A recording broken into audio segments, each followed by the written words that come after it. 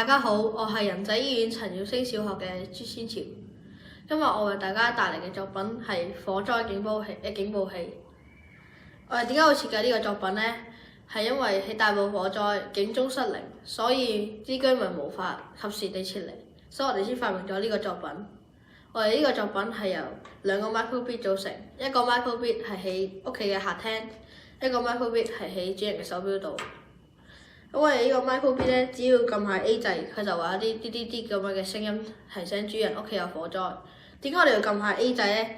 係因為學校嘅限制，我哋無法進行呢啲嘅火災實驗，同埋呢個 microbit 都有嘅溫度限制，所以我哋先會用呢個模擬翻一個火災嘅現場。咁我試下撳下 A 掣先，佢咧就會發出啲聲音。同時，主人嘅手錶都會有啲聲音提示主人屋企有火災，快啲過嚟救火。咁如果咁啲附近嘅鄰居聽到聲音，就會逃往安全地方，同埋及時撥打999，請求消防員過嚟幫手。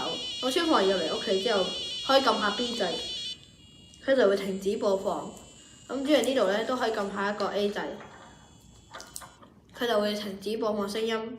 同埋主人嘅手錶度都會顯示一個999嘅聲音提示，話叫主人快啲撥打999，要叫消防員過嚟幫手。